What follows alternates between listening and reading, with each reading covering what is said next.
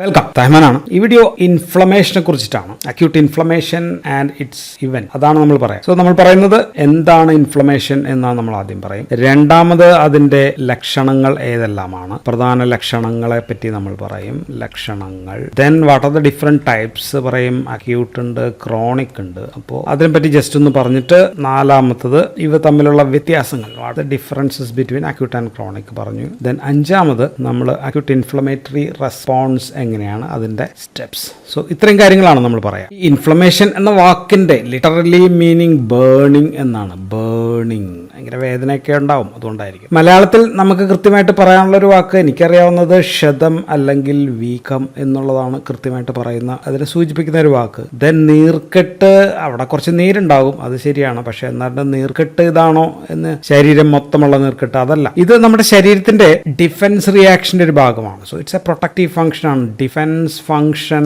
Of our ബോഡിയുടെ ഭാഗമായിട്ടുണ്ടാകുന്നതാണ് ഇത്, ഡിഫൻസ് ഓർ പ്രൊട്ടക്ഷൻ. ഇനി ഇൻഫ്ലമേഷൻ ഒന്ന് ഡിഫൈൻ ചെയ്ത് കഴിഞ്ഞാൽ, okay, inflammation is response of our body. Response ആണ്. ടിഷ്യൂസ് എന്ന് പ്രത്യേകം എഴുതുക, ബോഡി ടിഷ്യൂസ് ടു ഇഞ്ചുറി. ഒരു ഇഞ്ചുറി ഉണ്ടാവുന്നു, എന്തെങ്കിലും കാരണം കൊണ്ടാകാം. ആ ഇഞ്ചുറിയോടുള്ള ശരീരത്തിന്റെ റെസ്പോൺസ് ആണ് നമ്മൾ ഇൻഫ്ലമേഷൻ എന്ന് പറയുക. ആൻഡ് ദിസ് റെസ്പോൺസ് എന്ന് പറയുന്നത് ഒരു ലോക്കൽ റെസ്പോൺസ് ആണ്. എവിടെയാണോ ഇഞ്ചുറി ഉണ്ടാകുന്നത് അവിടെയാണ് നമ്മൾ ഇതിനെതിരെ റെസ്പോണ്ട് ചെയ്യുന്നത്. എന്തിനു വേണ്ടിയാന്ന് വെച്ചാൽ to limit the spread of injury. ആ ഇഞ്ചുറി മറ്റു ഭാഗത്തേക്ക് ബാധിക്കരുത് എന്ന ലക്ഷ്യത്തോടു കൂടിയാണ് നമ്മളിത് ചെയ്യുക. So inflammation is our body's local defence response എന്ന് എഴുതാമല്ലോ, against injury to limit the spread of injury. So ഇത്രയും കാര്യങ്ങൾ കൂട്ടിച്ചേർത്ത് ഞാൻ ഇപ്പം ഉണ്ടാക്കിയ ഡെഫിനിഷനാണത്. ടെക്സ്റ്റ് ബുക്കുകളിൽ ഹർഷ്മോഹൻ ആയാലും റോബിൻസ് പാത്തോ ആയാലും ഇതിനകത്തൊക്കെ വലിയ വലിയ ഡെഫിനിഷൻ ചിലപ്പോൾ കണ്ടേക്കാം, നമുക്ക് അത്രയൊന്നും ആവശ്യമില്ല. നമ്മളെ സംബന്ധിച്ച് കാര്യം ഇതാണ്, inflammation is our body's local defence response against injury to limit the spread of injury. ഇനി ഏത് ഇൻഫ്ലമേഷൻ ആണെങ്കിലും അത് അവസാനിക്കുക ഐറ്റിസ് എന്ന വാക്കിലാണ്.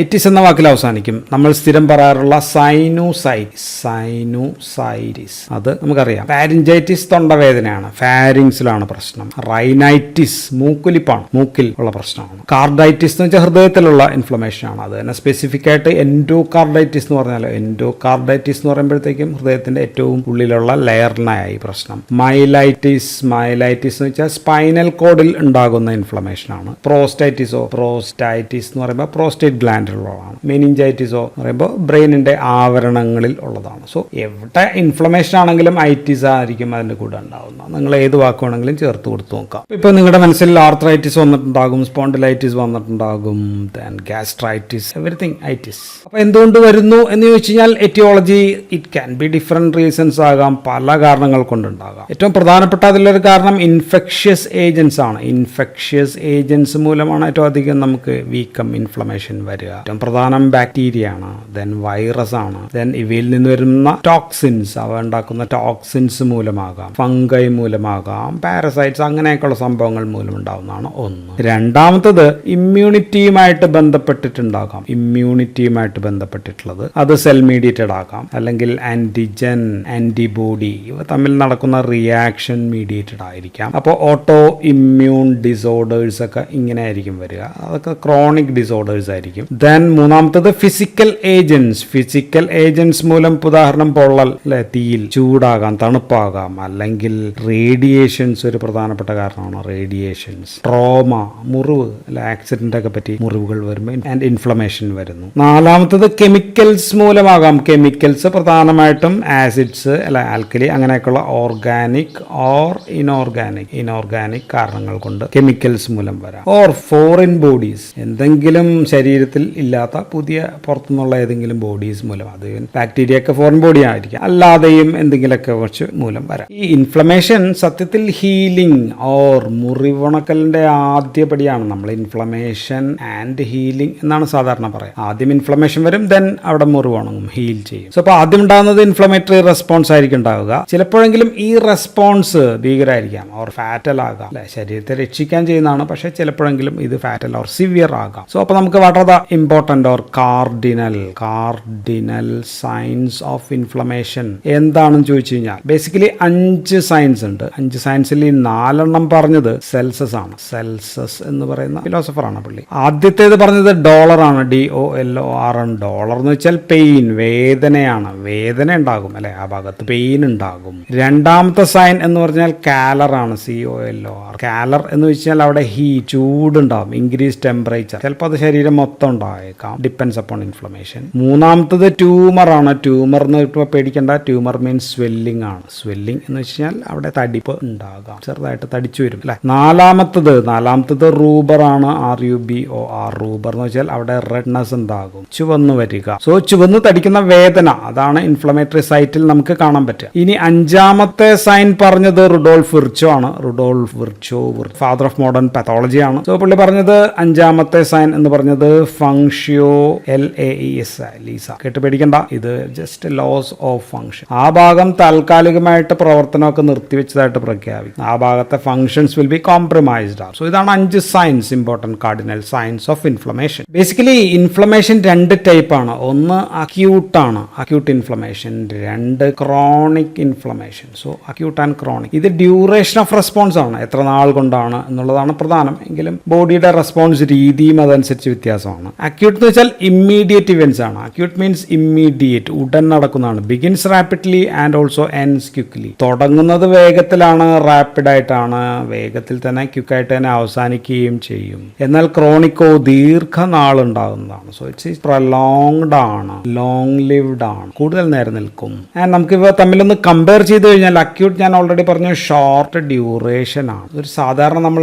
ഒരു 2 വീക്സ് അത്രയൊക്കെയാണ് നമ്മൾ അക്യൂട്ട് കണക്കാക്കുക. ക്രോണിക് പക്ഷേ ഓൾറെഡി പറഞ്ഞു ലോങ് ഡ്യൂറേഷൻ ആണ് നമ്മൾ പറഞ്ഞു. അക്യൂട്ട് മിക്കവാറും ഉടൻ തന്നെ ഹീലിംഗ് പ്രോസസ് ഉണ്ടാകും, ക്വിക്ക്ലി ഹീലിംഗ് ആണ്. ആൻഡ് ബോഡിയുടെ പെട്ടെന്ന് ഉണ്ടാകുന്ന റിയാക്ഷൻ എന്ന് പറഞ്ഞു. ആൻഡ് ആ റിയാക്ഷൻ കഴിഞ്ഞ ഉടനെ followed by healing. Okay, chronic ഒരു അക്യൂട്ട് ഇൻഫ്ലമേഷൻ നീണ്ടു നിന്നാൽ അത് ക്രോണിക് ആകാം, അല്ലെങ്കിൽ തുടക്കം മുതലേ ക്രോണിക് ആയിട്ട് തന്നെ വേണമെങ്കിൽ തുടങ്ങാം. അപ്പോൾ ഇതിന്റെ കൂടെ തന്നെ ഹീലിംഗും നടക്കുന്നുണ്ട്, ഇൻഫ്ലമേഷനും രണ്ടും നടന്നുകൊണ്ടേയിരിക്കുക. അക്യൂട്ടിൽ അഫക്റ്റഡ് സ്റ്റേറ്റിൽ പ്ലാസ്മ ഫ്ലൂയിഡ് അക്യൂമുലേഷൻ ഉണ്ടാകും. പ്ലാസ്മ ഫ്ലൂയിഡ് അക്യൂമുലേഷൻ അവിടെ ഉണ്ടായിരിക്കും. ക്രോണിക്കിലാണെങ്കിൽ ഞാൻ പറഞ്ഞു ഇൻഫ്ലമേഷൻ നടക്കുന്നുണ്ട്, അതേസമയം ഹീലിംഗ് നടക്കുന്നുണ്ട്. രണ്ടും ഒരേ സമയം നടക്കുമ്പോൾ അവിടെ ഉണ്ടാകുന്ന ഒരു ടിഷ്യൂ എന്ന് പറയുന്നത് ഗ്രാനുലോമാറ്റസ് ടിഷ്യൂ ആണ്. ഗ്രാനുലേഷൻ ടിഷ്യൂ ആണ് അവിടെ ഉണ്ടാവുക. ഗ്രാനുലേഷൻ ടിഷ്യൂ ഫോർമേഷൻ ഉണ്ടാകും. ഇനി അക്യൂട്ടിൽ പ്ലേറ്റ്ലെറ്റ്സിനെ ആക്ടിവേറ്റ് ചെയ്യുന്നുണ്ടാകും.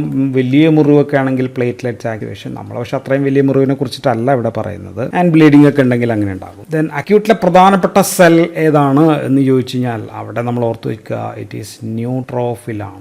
WBCയിൽ ഏറ്റവും കൂടുതലുള്ള ന്യൂട്രോഫിൽ ആണല്ലോ. ഒരു 6 മണിക്കൂറെങ്കിലും ആ ഏരിയയിൽ മൊത്തം ഒരു ഇൻഫ്ലമേഷൻ ഉണ്ടായാൽ ആ ഏരിയ മൊത്തം കൈയടക്കി വെച്ചിരിക്കുന്നത് ന്യൂട്രോഫിലായിരിക്കും. അതിന് ശേഷമാണ് അവിടെ ഫാഗോസൈറ്റ്സ് ഒക്കെ വരിക. ക്രോണിക്കിൽ ദിസ് ക്യാൻ ബി ലിംഫോസൈറ്റ്സ് ആയിരിക്കാം, അല്ലെങ്കിൽ മാക്രോഫേജസ് ആയിരിക്കാം, മാക്രോഫേജസ് ഓർ പ്ലാസ്മ സെൽസ് ഒക്കെ ആയിരിക്കാം. ക്രോണിക്കിൽ ഈ കാര്യങ്ങൾ അവിടെ കൈകാര്യം ചെയ്യുന്ന പ്രധാന ആൾ. എക്സെപ്ഷൻസ് ഉണ്ട് കേട്ടോ. അക്യൂട്ടിൽ ന്യൂട്രോഫിൽ അല്ലാതെ വരുന്ന ഒരു കേസ് ഇപ്പോൾ എക്സാമ്പിൾ പറയുകയാണെങ്കിൽ ടൈഫോയിഡ് ആണ്. ടൈഫോയിഡ് ഫീവർ എന്ന് പറയുമ്പോൾ എൻഡറിക് ഫീവർ, സാൽമണല്ല ടൈഫി മൂലം ഉണ്ടാവുന്ന. സോ ഇവിടെ ഡോമിനേറ്റ് സെൽസ് ഈസ് ലിംഫോസൈറ്റ്സ് ആണ്, ഓർത്ത് വെക്കുക, വ്യത്യാസമാണ്. ആൻഡ് ക്രോണിക്കിൽ ഇപ്പോൾ ബേൺ വൂൺസ്, തീപ്പൊള്ളലേറ്റുള്ള മുറിവിലുണ്ടാകുന്ന സ്യൂഡോമോണാസ് ഇൻഫെക്ഷൻസിൽ ഇവിടെ പക്ഷേ ന്യൂട്രോഫിലാണ് പ്രധാനപ്പെട്ട ആൾ. സോ സാധാരണ രീതിയിൽ നിന്ന് വ്യത്യസ്തമായിട്ടുള്ള 2 ആൾക്കാരാണ് ഞാൻ പറഞ്ഞത്. ഇനി ക്രോണിക്കിന്റെ എക്സാമ്പിൾ നമുക്ക് പറയുകയാണെങ്കിൽ റുമറ്റോയിഡ് ആർത്രൈറ്റിസ് ഒരു ക്രോണിക് ആണ്, TB ക്രോണിക് ആണ്, SLE സിസ്റ്റമിക് ലൂപ്പസ് എറിത്തോമാറ്റസ് ക്രോണിക് ആണ്. സോ ഇതെല്ലാം ക്രോണിക് ഇൻഫ്ലമേഷൻ. ഇനി നമ്മൾ പറയാൻ പോകുന്നത് അക്യൂട്ട് ഇൻഫ്ലമേറ്ററി റെസ്പോൺസിന്റെ കാര്യങ്ങളെ പറ്റി മാത്രമാണ് നമ്മൾ പറയുക. ഇവന്റ്സ്, ഇനി 2 തരം ഇവന്റ്സ് ആണ് അക്യൂട്ടിലുള്ളത്. അക്യൂട്ട് ഇൻഫ്ലമേറ്ററി റെസ്പോൺസിലെ events are of 2 types. One is vascular events ആണ്. വാസ്കുലാർ ഇവന്റ്സ് ആണ് നടക്കുക, രക്തക്കുഴലുകളുമായിട്ട് ബന്ധപ്പെട്ടിട്ടുള്ള കാര്യങ്ങളാണ്. Then followed by cellular events. രണ്ടും ഏകദേശം ഒരുമിച്ചൊക്കെയാണ് നടക്കുക. എങ്കിലും സെല്ലുലാർ ഇവന്റ്സിൽ പ്രധാനമായിട്ടും ഇൻഫ്ലമേഷനിൽ പ്രധാനമായിട്ടുള്ള WBC സെൽസ് ആണ്, ല്യൂക്കോസൈറ്റ്സിന്റെ ആക്ഷൻസ് ആണ് നമ്മൾ പറയാം. ആദ്യം നമുക്കപ്പോൾ വാസ്കുലാർ ഇവന്റ്സ് പറയാം. വാസ്കുലാർ ഇവന്റ്സ് നമ്മൾ പറയുന്നത് ഈ ആർട്ടീരിയോൾസ് ആൻഡ് വെന്യൂൾസിനെ പറ്റിയാണ്. ആർട്ടീരിയോൾസിൽ നടക്കുന്നതും വെന്യൂൾസിൽ നടക്കുന്നതുമാണ്. ഏറ്റവും ചെറിയ ബ്ലഡ് വെസൽസ്, ഇപ്പോൾ ഒരു കൈൻ്റെ അവിടെ ഒരു ചെറിയ ഇൻഫ്ലമേഷൻ ഉണ്ടെങ്കിൽ അവിടെ നടക്കുന്ന കാര്യമാണ്. അല്ലാതെ വലിയ ബ്ലഡ് വെസൽസ് പൊട്ടി ഉണ്ടാകുന്നത് അത് വേറെ സംഭവങ്ങളാണ്. ബ്ലീഡിങ് ആൻഡ് ആൻഡ് ഹെമറേജ് ഒക്കെ വേറെയാണ്. അതിനെപ്പറ്റിയല്ല നമ്മൾ പറയുക. സോ മൈക്രോ വാസ്കുലേച്ചറിനെ കുറിച്ചിട്ടാണ് നമ്മൾ പറയുന്നത്. നമ്മൾ വാസ്കുലാർ ഇവന്റ്സിലെ ആദ്യ ഇവന്റ് ആണ് പറയുന്നത്. ആദ്യം നടക്കുന്നത് ട്രാൻസിയന്റ്, ഒരു കുറച്ച് നേരത്തേക്കുള്ള വാസോ കൺസ്ട്രക്ഷൻ ആണ്. വാസോ കൺസ്ട്രക്ഷൻ നടക്കുന്നു അവിടെ. ഇപ്പൊ ഒരു ചെറിയ മുറിവാണെങ്കിൽ ബ്ലഡ് വെസൽസ് ഒന്ന് ഞെട്ടും അല്ലെ, കുട്ടിമാമ ഞാൻ ഞെട്ടിമാമ എന്ന് പറഞ്ഞാൽ ന്യൂറോജനിക് റിഫ്ലക്സ്. ബ്ലഡ് ലോസ് ഉണ്ടെങ്കിൽ ഒന്ന് തടയണം. ഒരു 3 to 5 seconds ഒക്കെ ഉണ്ടാവുള്ളൂ. ചിലപ്പോൾ കുറച്ചും കൂടി വലിയ മുറിവൊക്കെ ആണെങ്കിൽ ചിലപ്പോൾ കുറച്ചും കൂടി നീണ്ടേക്കാം. ആൻഡ് ബ്ലഡ് വെസൽസ് ചുരുങ്ങുകയാണ്, ബ്ലഡ് വെസൽസ് കൺസ്ട്രിക്ട് ചെയ്യാണ്, പേരിൽ തന്നെ സംഭവം ഉണ്ട്. സോ ഇറ്റ് ഈസ് റിവേഴ്സിബിൾ ആണ്. അത് കഴിയുമ്പോൾ തന്നെ എന്ത് ചെയ്യും, വീണ്ടും ബ്ലഡ് ഫ്ലോ വിൽ ബി റീഇൻസ്റ്റേറ്റഡ്, പഴയപടി ആകും. ഇനി രണ്ടാമത്തെ സ്റ്റെപ്പ് നടക്കുന്നത് അവിടെ വാസോ ഡയലേഷൻ ഓർ വാസോ ഡയലറ്റേഷൻ, രണ്ടും സെയിം തന്നെയാണ്. ഡയലേഷൻ എന്ന് പറഞ്ഞാലും ഡയലറ്റേഷൻ എന്ന് പറഞ്ഞാലും സെയിം തന്നെയാണ്. വെറും വാസോ ഡയലറ്റേഷൻ അല്ല, മീൻസ് പെർസിസ്റ്റന്റ് ആൻഡ് പ്രോഗ്രസീവ് എന്നും കൂടി ചേർക്കണം. പെർസിസ്റ്റന്റ് ആൻഡ് പ്രോഗ്രസീവ് വാസോ ഡയലേഷൻ നടക്കുകയാണ്. സോ ഇത് പ്രധാനമായിട്ടും ആർട്ടീരിയോൾസിലാണ്. ആർട്ടീരിയോൾസ് ആണല്ലോ അവിടെ ബ്ലഡ് എത്തിക്കുക അല്ലെ, മുറിവുള്ള ഭാഗത്തേക്ക് കൂടുതൽ ബ്ലഡ് ഫ്ലോ ഉണ്ടാകുകയാണ്. So increased blood flow to that area to bring more blood to the site. എന്തിനാണ് ബ്ലഡ് കൂടുതൽ കൊണ്ടുവരിക അവിടെ എന്ന് വെച്ചാൽ, എന്നാലാണ് ന്യൂട്രോഫിൽ അവിടെ എത്തൂ, എന്നാലാണ് മാക്രോഫേജ് അവിടെ എത്തൂ, എന്നാലാണ് കോംപ്ലിമെന്റ് ഫാക്ടേഴ്സ് അവിടെ എത്തൂ, മറ്റ് ഫാക്ടേഴ്സ് ഇപ്പോൾ ക്ലോട്ടിംഗ് ഫാക്ടേഴ്സ്, ഇങ്ങനെയൊക്കെയുള്ള സംഭവങ്ങളൊക്കെ അവിടെ എത്തണമല്ലോ. സോ അവിടെ റൂബർ ഉണ്ടാകും. റൂബർ ഉണ്ടാകുക എന്ന് പറയുമ്പോൾ വാസോ ഡയലേഷൻ മൂലമാണ് അത് ഉണ്ടാകുക. ദെൻ കാലർ ഉണ്ടാകും. കാലർ ഉണ്ടാവാൻ കാരണം വാംത്ത് ഉണ്ടാവാൻ കാരണം വാം ബ്ലഡ്, അവിടത്തേക്ക് വാം ബ്ലഡ് ആണ് വരിക. സോ വാസോ ഡയലേഷൻ ഉണ്ടാവാൻ കാരണം അവിടെ റിലീസ് ചെയ്ത ഹിസ്റ്റമിൻ, മാസൽസിൽ നിന്ന് റിലീസ് ചെയ്ത ഹിസ്റ്റമിൻ മൂലമാണ് എന്ന് കൂടി ഒന്ന് ഓർത്ത് വെച്ചേക്കുക. ഒരു ഭാഗത്തേക്ക് കൂടുതലായിട്ട് ബ്ലഡ് എത്തിക്കഴിഞ്ഞാൽ എന്ത് സംഭവിക്കും, അവിടെ ലോക്കലായിട്ട് ഹൈഡ്രോസ്റ്റാറ്റിക് പ്രഷർ വിൽ ഇൻക്രീസ്. അവിടെയുള്ള pressure, hydrostatic pressure will increase. ഇതാണ് മൂന്നാമത്തെ സംഭവം. ഇനി നാലാമത്തത്, അടുത്ത സംഭവം എന്ന് വെച്ചാൽ increased vascular permeability. Vascular permeability വർദ്ധിക്കുന്നു എന്ന് പറഞ്ഞാൽ, ഇപ്പോൾ ഇത് ബ്ലഡ് വെസൽ ആണെങ്കിൽ ഇവിടെ എൻ്റെ എൻഡോത്തീലിയൽ സെൽസ് ഇങ്ങനെ ഇരിക്കുകയാണ്. എൻഡോത്തീലിയൽ സെൽസ് ഇങ്ങനെ ഇരിക്കുകയാണെങ്കിൽ ആൻഡ് ഇതിനിടയിലൂടെ പ്ലാസ്മ ടിഷ്യൂസിലേക്ക്, ഇവിടെ ടിഷ്യൂ ആണ്, ഇത് ടിഷ്യൂ ആണെങ്കിൽ ദിസ് ഇസ് ടിഷ്യൂലേക്ക് ലീക്ക് ചെയ്യാൻ തുടങ്ങുന്നു. Blood vessels become more leakier and more permeable. So ഇതാണ് hallmark of acute inflammation. Hallmark of acute inflammation എന്ന് പറയുന്നത് ഇൻക്രീസ്ഡ് വാസ്കുലാർ പെർമിയബിലിറ്റി ആണ്. സോ ഇതാണ് ട്യൂമർ, അവിടെ നീർക്കെട്ട് ഉണ്ടാവാനായിട്ടുള്ള കാരണം, സ്വെല്ലിംഗ് ഉണ്ടാവാനുള്ള കാരണം.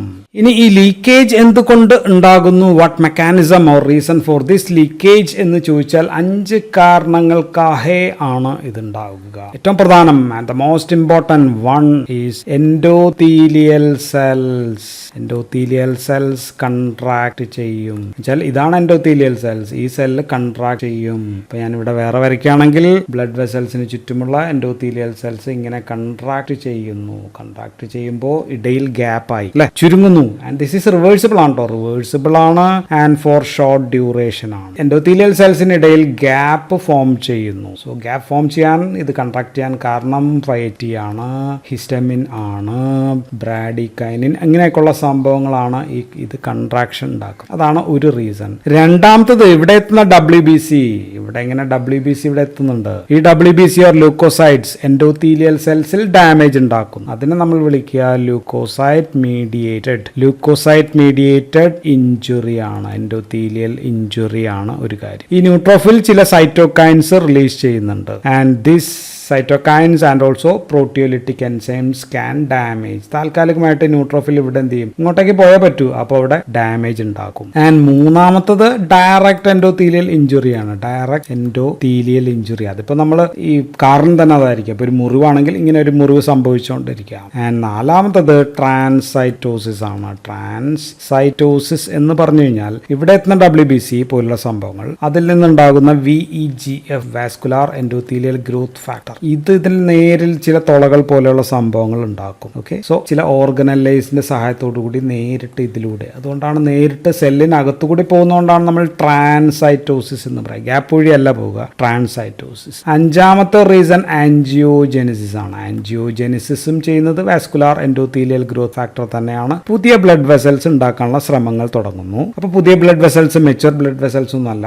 പുതിയ ബ്ലഡ് വെസൽസ് എന്ന് പറയുമ്പോൾ ചിലപ്പോൾ ഇങ്ങനെ ലീക്കൊക്കെ ഉള്ളതായിരിക്കും, അവൻ മെച്ചുവർ ആയിട്ടില്ല. അപ്പോൾ അതിൽ അതിലൂടെയും ഫ്ലൂയിഡ് താഴത്തേക്ക് വരാം. ഓക്കെ, സോ എൻഡോത്തീലിയൽ കൺട്രാക്ഷൻ ഒക്കെ ഉണ്ടാക്കും. സോ എങ്കിലും ഏറ്റവും പ്രധാനപ്പെട്ട reason is endothelial cells contraction ആണ് ഏറ്റവും പ്രധാനപ്പെട്ട reason for this movement of fluid. Plasma, ബ്ലഡിലുള്ള പ്ലാസ്മ ഇങ്ങനെ ഇഞ്ചുറി ടിഷ്യൂലേക്ക് പോകുന്നതിന് പ്രധാനപ്പെട്ട കാരണം അതാണ്. മെയിൻ ഹെഡിങ്ങിൽ 5ാമത്തത് സ്റ്റാസിസ് ആണ്. Stasis or slowing down of blood flow slow ആവും. എന്തുകൊണ്ടായിരിക്കും? സോ ഇവിടെ വരുന്ന ബ്ലഡിനകത്ത് ഫ്ലൂയിഡ് ഉണ്ട്, പ്ലാസ്മ ഉണ്ട് ആൻഡ് സെൽസ് ഉണ്ട്. ഓക്കെ, ഈ പ്ലാസ്മ ഇങ്ങോട്ടേക്ക് ഒഴുകിപ്പോയി കഴിഞ്ഞാൽ ഇതിനകത്ത് ഇവിടെ സെൽസിന്റെ എണ്ണം ക്രമാതീതമായിട്ട് കൂടുതലാകും അല്ലെ. സെൽസിന്റെ എണ്ണം ക്രമാതീതമായിട്ട് കൂടുമ്പോൾ അവിടെ viscosity of the blood will increase. ബ്ലഡിന്റെ വിസ്കോസിറ്റി വർദ്ധിക്കും. വിസ്കോസിറ്റി വർദ്ധിക്കുമ്പോൾ പഴയതുപോലെ ഒഴുകാൻ പറ്റാതെ വരും. RBC ഒക്കെ ഒരുപാടാകും. സോ അതുകൊണ്ടാണ് ബ്ലഡ് സ്റ്റാസിസ് ഉണ്ടാകും. സോ സ്റ്റാസിസ് ഉണ്ടാക്കുമ്പോൾ എന്താണ് ഗുണമെന്ന് വെച്ചാൽ ഇവിടെ വരുന്ന WBCക്ക് ഈ സെല്ലുമായിട്ടൊക്കെ കൂടുതൽ മറ്റേ നേരത്തെ ഇങ്ങനെ ഒഴുകിക്കൊണ്ടങ്ങ് പോകുമായിരുന്നു, ആരെയും കണ്ടില്ല, ഒരു പോക്കാണ്. പക്ഷെ ഇപ്പം അങ്ങനെയല്ല. ഇതുമായിട്ടൊക്കെ എന്താ വെച്ചാൽ എന്തൊക്കെയുണ്ട് വിശേഷം എന്ന് ചോദിക്കാനുള്ള ഒരു സമയം കിട്ടുന്നു, ഇന്ററാക്ട് ചെയ്യാനുള്ള സമയം കിട്ടുന്നു. വാസ്കുലാർ ഇവന്റ്സ് കഴിഞ്ഞു. അപ്പോൾ ഇനി നമുക്ക് പറയാനുള്ളത് സെല്ലുലാർ ഇവന്റ്സിനെ കുറിച്ചിട്ടാണ്. സെല്ലുലാർ ഇവന്റ്സ് എന്തെല്ലാമാണ് നടക്കുന്നത്? ദ ഫസ്റ്റ് വൺ ഈസ് മാർജിനേഷൻ ആണ് നടക്കുന്നത്. മാർജിനേഷൻ എന്ന് പറഞ്ഞു കഴിഞ്ഞാൽ അപ്പോൾ ഇത് വീണ്ടും ഞാൻ ബ്ലഡ് വെസൽ വരയ്ക്കുകയാണ്. ഇത് ബ്ലഡ് വെസലാണ്. സാധാരണ രീതിയിൽ ബ്ലഡ് ഫ്ലോ ലീനിയർ ആയിട്ടായിരിക്കും അല്ലെ. ഇവിടെ RBC ഇങ്ങനെ നടുവിലായിരിക്കും, അതിന് ചുറ്റും WBCs ഇങ്ങനെ പോകുന്നുണ്ട്. അവർ നേരെ അങ്ങ് പോകുമായിരിക്കും. പക്ഷെ ഇവിടെ ഇപ്പൊ എന്ത് നടന്നു? കഴിഞ്ഞ സ്റ്റെപ്പിൽ നമ്മൾ പറഞ്ഞു സ്റ്റാസിസ് നടന്നു. ബ്ലഡ് ഫ്ലോയുടെ സ്പീഡ് അങ്ങ് കുറഞ്ഞു, തിക്നെസ് അല്ലെങ്കിൽ വിസ്കോസിറ്റി കൂടി. അപ്പോഴത്തേക്കും ഈ WBC ഈ സെൽ എൻഡോത്തീലിയൽ സെൽസ് ഇതിന്റെ മാർജിനിലേക്ക് കൂടുതൽ അടുക്കും, പെരിഫറിയിലേക്ക് കൂടുതൽ വരും. സോ സെൻട്രൽ കോളമിൽ നിന്ന് ഇവിടെ നിന്ന് മാർജിനിലേക്ക് ബ്ലഡ്, പ്രത്യേകിച്ച് WBC സെൽസ് ഓർ ന്യൂട്രോഫിലാണല്ലോ ഏറ്റവും കൂടുതൽ, 60% ന്യൂട്രോഫിലാണ്. അത് ഇങ്ങോട്ടേക്ക് വരുന്നതിനെയാണ് നമ്മൾ മാർജിനേഷൻ എന്ന് പറയുക. ഓർ അല്ലെങ്കിൽ അതിനെ നമ്മൾ പേയ്മെന്റിങ് എന്നും പറയും. പേയ്മെന്റ് എന്ന് വെച്ചാൽ നടപ്പാത എന്നാണ് അർത്ഥം. അറ്റത്തേക്ക് ചേർന്ന് വരുന്നു. രണ്ടാമത്തെ പ്രോസസ് എന്ന് വെച്ചാൽ ദാറ്റ് ഈസ് റോളിംഗ് ആണ്. റോളിംഗ് ഇപ്പോൾ ഓൾറെഡി WBC മാർജിനേറ്റഡ് ആണ്. ഇപ്പൊ ഞാൻ എൻഡോത്തീലിയൽ സെൽസ് ഇവിടെ വരച്ചിവിടെ ഗ്യാപ്പ് ഒക്കെ ഉണ്ട് നോക്കുക. എൻഡോത്തീലിയൽ സെൽസ് അവിടെ ഉണ്ട്. അപ്പോൾ WBC ഇപ്പൊ ഇവിടെ എത്തി എന്ന് വിചാരിക്കുക. ആൻഡ് ഈ എൻഡോത്തീലിയൽ സെൽസിലെ ചില പുതിയ സംഭവങ്ങൾ എക്സ്പ്രസ് ചെയ്യും. എൻഡോത്തീലിയൽ സെൽസിൽ ചില സംഭവങ്ങൾ എന്ന് പറയുമ്പോൾ അതിന്റെ പേര് സെലക്റ്റിൻസ് എന്നാണ്. ഇതിപ്പോൾ ഒരു സെലക്റ്റിൻസ് ആണെന്ന് വിചാരിക്കും. ഇവിടെയൊക്കെ സെലക്റ്റിനൊക്കെ പുതുതായിട്ട് എക്സ്പ്രസ് ചെയ്ത ഒരു ഇഞ്ചുറി സമയത്ത് ബിക്കോസ് ഓഫ് ഇന്റർലൂക്കിൻ 1 അല്ലെങ്കിൽ ട്യൂമർ നെക്രോസിസ് ഫാക്ടർ, ഇതൊക്കെ മൂലമാണ് ഇത് എക്സ്പ്രസ് ചെയ്യുക. അത് പലതരം സെലക്റ്റിൻസ് ഉണ്ട്. സെലക്റ്റിൻസ് ഞാൻ എഴുതിയേക്കാം. ഇതിന്റെ പേര് സെലക്റ്റിൻസ് ആണ്. P സെലക്റ്റിൻ ഉണ്ട്, E സെലക്റ്റിൻ ഉണ്ട്, L സെലക്റ്റിൻ ഉണ്ട്. അപ്പോൾ ഇത് E സെലക്റ്റിൻ ആണ്, എൻഡോത്തീലിയൽ സെലക്റ്റിൻസ് ആണ്. And CD marker for this endothelial selectin CD62 ആണ്. MBBS ആർക്കൊക്കെ ഇത് ഇമ്പോർട്ടന്റ് ആണ്. ആൻഡ് ഇതിൽ വേറൊരു പ്രോട്ടീൻ ഉണ്ട് WBC ഇല്ല. അതിന്റെ പേര് സയാലൈൽ, ഞാൻ എഴുതാം, സയാലൈൽ ലെവിസ് X എന്ന് പറയുന്ന ഒരു പ്രോട്ടീൻ ഇവിടെയും എക്സ്പ്രസ് ചെയ്യുന്നു. സോ ഇവിടെ ഒരു എക്സ്പ്രസ് ചെയ്യുന്നുണ്ട്. സോ ഇത് രണ്ടും കൂടി ഒന്ന് ട്രാൻസിയന്റ് ഇന്ററാക്ഷൻ ആണ്. ട്രാൻസിയന്റ് ആണ്, ഒട്ടിച്ചേർന്ന് അങ്ങ് തിരിക്കുകയല്ല, ജസ്റ്റ് ഒന്ന് ഒട്ടും, അപ്പോഴത്തേക്കും സ്ലോ ആവും. പിന്നെ ഇവിടെ വന്നും വീണ്ടും ഒട്ടും, അത് പിന്നെ തെറിച്ച് ഇവിടെ പോവുകയാണ്. അപ്പൊ ഇങ്ങനെ റോൾ ചെയ്ത് പോകുമ്പോൾ എന്താ പറയാ, സ്ലോ ആകുന്നുണ്ട്. WBC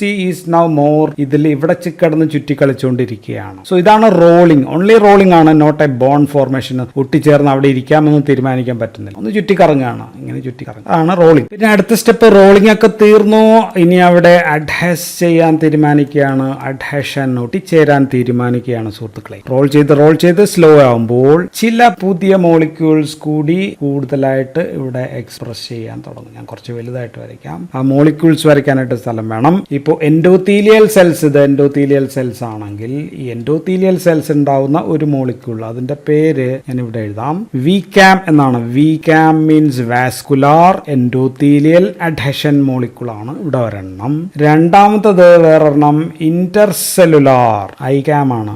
ICAM intercellular adhesion molecule കൂടി എക്സ്പ്രസ് ചെയ്യും. സോ ഇങ്ങനെ രണ്ട് സംഭവങ്ങൾ എക്സ്പ്രസ് ചെയ്തു. അപ്പൊ ന്യൂട്രോഫിൽ വെറുതെ ഇരിക്കുമോ, ഒരു തമ്മിലടുപ്പമായി. ന്യൂട്രോഫിലിനും കുറച്ച് എന്തെങ്കിലുമൊക്കെ എക്സ്പ്രസ് ചെയ്യണം. അതിൽ ഇന്റഗ്രിൻസ് എന്ന് പറയുന്ന, so neutrophil will express integrins β1 ഉണ്ട്, β2 ഉണ്ട്. അപ്പൊ അതിലൊരെണ്ണമാണ് VLA4 പോലെയുള്ള. സോ സം ഇന്റഗ്രിൻസ് ഇയാളും എക്സ്പ്രസ് ചെയ്യുന്നു, ഇവിടെ എക്സ്പ്രസ് ചെയ്യും. ഇപ്പൊ എന്തായി, ഇതും കൂടി തമ്മിൽ ചേരും, ഇതും കൂടി തമ്മിൽ ചേരും. So VCAM, ICAM and integrins തന്നെ β1, β2 അങ്ങനെയൊക്കെയുള്ള പല ഇന്റഗ്രിൻസ് ഉണ്ട്. സോ ഇത് തമ്മിൽ ഇന്ററാക്ട് ചെയ്യുമ്പോഴത്തേക്കും നൗ ഇവ തമ്മിൽ ഒരു ബോണ്ട് ഫോം ചെയ്യുന്നു. വേറെ വരയ്ക്കാം. ഇതും ഇവിടെയും വരച്ച വെച്ചാൽ ഇത് തമ്മിൽ അങ്ങോട്ട് ഒട്ടിച്ചേരുകയാണ്. സോ ദിസ് പ്രോസസ് ഇതാണ് ഇപ്പോൾ അഡ്ഹഷനായി. നേരത്തെ റോൾ ചെയ്തുകൊണ്ടിരിക്കുകയായിരുന്നു, ഇപ്പോൾ എൻഡോത്തീലിയൽ സെൽസിൽ ഒട്ടിച്ചേർന്നു. Adhered to the endothelial cells. ഇനി അടുത്ത ഫേസ് ഓർ പ്രോസസ്, അപ്പൊ നാലാമത്തെ ഈ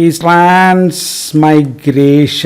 ആരാണ് മൈഗ്രേറ്റ് ചെയ്യുന്നത്? WBC ആണ് മൈഗ്രേറ്റ്, ഓർ അതിന് വേറെ പേര് ഡയാപെറ്റിസിസ് എന്നും നമ്മൾ പറയും. ഡയാപെറ്റിസിസ് ഓർ ട്രാൻസ്മൈഗ്രേഷൻ. ഇപ്പോ വീണ്ടും നമ്മൾ എൻഡോത്തീലിയൽ സെൽസ് വരയ്ക്കുകയാണ്. ഇതാണ് എൻഡോത്തീലിയൽ സെൽസ്, ഇത് ഒരെണ്ണം എൻഡോത്തീലിയൽ സെൽസ്, ഇത് വേറൊരെണ്ണം എൻഡോത്തീലിയൽ സെൽസ്, ഇപ്പുറത്ത് ഒരെണ്ണം വരയ്ക്കാം എൻഡോത്തീലിയൽ സെൽസ്. എൻഡോത്തീലിയൽ സെൽസിന്റെ പുറത്ത് ഇങ്ങനെ 2 V ക്യാമും I ക്യാമും ഉണ്ട്. ന്യൂട്രോഫിൽ ഇവിടെ ഉണ്ട്, അത് ഇന്റഗ്രിൻസ് ഉണ്ടാക്കിയിട്ടുണ്ട്. പൊട്ടിച്ചേർന്ന് ഇങ്ങനെ ഇരിക്കുകയാണ്. ഇപ്പൊ ഇവിടെ സ്പേസ് ഉണ്ട്. സോ 2 എൻഡോത്തീലിയലിന്റെ ഇടയിലുള്ള ഈ സ്പേസിലൂടെ ഈ സംഭവം ന്യൂട്രോഫിൽ ബ്ലഡിൽ നിന്ന് എമിഗ്രേറ്റ് ചെയ്യുകയാണ്, പുറത്തേക്ക് പോവുകയാണ്. അതുകൊണ്ടാണ് ട്രാൻസ്മൈഗ്രേഷൻ എന്ന് നമ്മൾ പറയുക. ആൻഡ് ഇതിന് ഇവിടെയുള്ള എൻഡോത്തീലിയൽ സെൽസിലുള്ള CD31 ഓർ PCAM എന്ന് പറയുന്ന ഒരു സബ്സ്റ്റൻസിന്റെ കൂടി സഹായം കിട്ടും. സോ ഇപ്പോൾ എൻഡോത്തീലിയൽ സെൽസ് ഇവിടെ because of the help of PCAM or CD31. Okay, so neutrophil or WBC is now out of the blood vessels. Blood വെസൽസിന് ഉള്ളിൽ നിന്ന് ബ്ലഡ് വെസൽസിന്റെ പുറത്തേക്ക് എത്തിക്കഴിഞ്ഞു. ഇത് പോളിമോർഫോ ന്യൂക്ലിയർ ഓർ ന്യൂട്രോഫിൽ ആണ്, ഇത് പുറത്തെത്തി. ഇനി ബ്ലഡ് വെസൽസ് ഞാൻ വീണ്ടും ഒന്ന് വരയ്ക്കാം. ബ്ലഡ് വെസൽസ് എൻഡോത്തീലിയൽ സെൽസിനിടയിലൂടെ ഇപ്പോൾ ന്യൂട്രോഫിൽ ഇവിടെ എത്തിയിരിക്കുകയാണ്. ഇതാണ് ന്യൂട്രോഫിൽ അളിയൻ ഇവിടെ ഉണ്ട്. ന്യൂട്രോഫിൽ ഇങ്ങനെ പോളിമോർഫോ ന്യൂക്ലിയർ ആണല്ലോ, എത്തി. സോ ഇനി എന്താ വേണ്ടത്? ഇനി ഇതിന് ഈ സംഭവം സ്ഥലത്തേക്ക് പോകണം അല്ലെ. ഡാമേജ് ഓർ ഇൻഫ്ലമേറ്ററി ഏരിയ, ഇതാണ് ആ ഇൻഫ്ലമേറ്ററി ഏരിയ എന്ന് വിചാരിച്ചു കഴിഞ്ഞാൽ inflammation is due to microbe. ഇവിടെ മൈക്രോബ് ഇങ്ങനെ ഇരിക്കുകയാണ്, ബാക്ടീരിയ ഇവിടെ ഇരിക്കുകയാണ്. സോ ഇങ്ങോട്ടേക്ക് പോകണം. സോ ഇൻഫ്ലമേറ്ററി സെൽസ്, ഇവിടെയുള്ള സെൽസ് ഒക്കെ ഡാമേജ്ഡ് ആണ്, ഇൻഫ്ലമേറ്ററി സെൽസ് ഒക്കെ ഡാമേജ്ഡ് ആണ്. So they release certain chemicals. അതിന്റെ പേര് ല്യൂക്കോട്രൈൻ B4 ആയിരിക്കാം, അല്ലെങ്കിൽ ഇന്റർലൂക്കിൻ 8 ആയിരിക്കാം, അല്ലെങ്കിൽ കോംപ്ലിമെന്ററി സിസ്റ്റത്തിലുള്ള C5A പോലുള്ള സംഭവങ്ങൾ ഇവിടെ ഇങ്ങനെ റിലീസ് ചെയ്യുന്നുണ്ട്. സോ ഈ റിലീസ് ചെയ്യുന്ന സാധനങ്ങളെ നമ്മൾ കീമോടാക്ടിക് ഏജന്റ്സ് എന്നാണ് വിളിക്കുക. Chemotactic agents. So chemotactic agents ഇവിടെ നിന്ന് റിലീസ് ചെയ്യുന്നു. ഇത് ന്യൂട്രോഫിലിന് വിവരം കിട്ടുന്നു. ആൻഡ് ന്യൂട്രോഫിൽ അപ്പോൾ എന്ത് ചെയ്യും? നേരെ ഇങ്ങോട്ടേക്ക് വെച്ച് പിടിപ്പിക്കുകയാണ്. സ്ട്രെയിറ്റ് ആയിട്ട് യൂണി ഡയറക്ഷനിലായിട്ട് നേരെ ഇങ്ങോട്ടേക്ക് പാത്തോജൻ ഉള്ള ഭാഗത്തേക്ക് എത്തുന്നതിനെയാണ് നമ്മൾ അടുത്ത പ്രോസസ്, 6ാമത്തെ ആണോ, അതിനെ നമ്മൾ കീമോടാക്സിസ് എന്ന് വിളിക്കുക. കീമോടാക്സിസ് എന്ന് പറയും. So next step is chemotaxis ആണ്. So it is the movement or unidirectional movement of this neutrophil